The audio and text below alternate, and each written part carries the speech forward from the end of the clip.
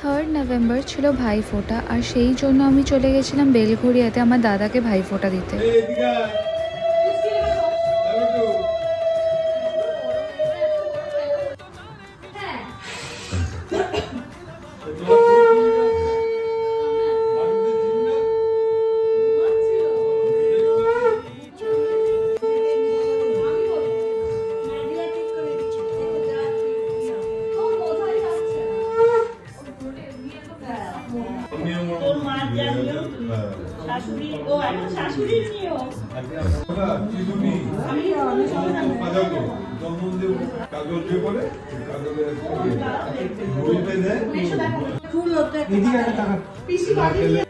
ভাইফোঁটা উপলক্ষে আমি এই নতুন শাড়িটা পরেছিলাম, আর গিফট হিসেবে আমি একটা ল্যাম্প দিয়েছিলাম দাদাকে, আর রিটার্নে ও আমাকে টাকা দিয়েছিল।